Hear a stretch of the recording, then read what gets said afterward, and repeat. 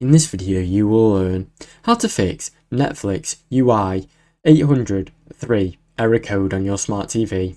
Restart your smart TV. Turn off your TV and plug it into the power source. Wait at least 1 minute, then plug it back in to restart. Sign out of Netflix. Go to the Netflix app settings, then select sign out, then to log back in with your account credentials. Clear Netflix app data or cache. In your TV settings, go to apps, Netflix, storage, then choose to clear your data or clear cache. Uninstall and reinstall Netflix. Removing the Netflix app from your TV, then reinstalling it from the App Store may help. Make sure to check your internet connection. Make sure your smart TV is connected to a stable internet connection. Restart your router if you need to. Resetting your smart TV to the default settings. If the issue persists, perform a factory reset on your smart TV, then install the Netflix app.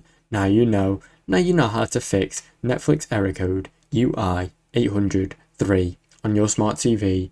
Thanks for watching. Don't forget to like and subscribe.